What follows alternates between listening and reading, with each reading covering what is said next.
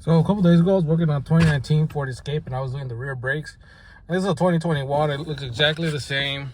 You know, it's got this parking brake right here, and it wouldn't go into maintenance mode. And the way you get into maintenance mode is supposed to hold the gas pedal all the way down, press this all the way down, and then hold it, turn off the car, turn it back on, and you can start hearing it go into maintenance mode.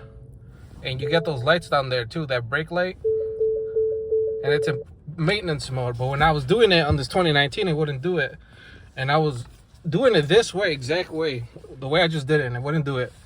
And I looked up some information. I couldn't find anything that led me to how to fix it or what was the problem.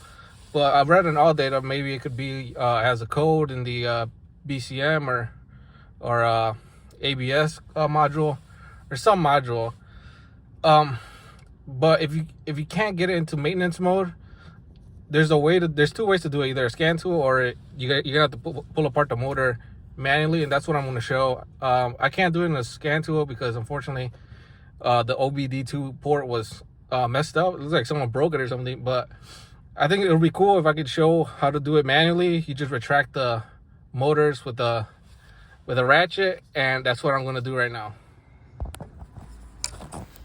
Okay, so what I'm doing right here is I'm taking the connector off. I'm just grabbing it from the front, just lifting up on the tab. And I'm not going to show how to do the full brake job, just how to remove the motor from the caliper. The brake job isn't too hard. There's a bunch of videos on how to do that. So here's the connector off. And there's two nuts right here. It's a 5mm hex key or an Allen. And then when you take it off, this is what it looks like. It looks like an e-torque socket, but you could use a 9mm socket, and it'll grab onto it, no problem. And I'm using a 1/4 inch right here. It doesn't take too much pressure. So here, what I'm showing is if you turn it counterclockwise, the piston starts to come out, and that's not what you want. You want to turn it full clockwise until it stops. You see, it's not coming out.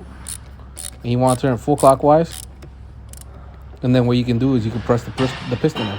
So here I'm using the piston depress tool, and I'm going slowly. Again, I'm taking everything very easy, not using force at all for all this, and it starts to go in.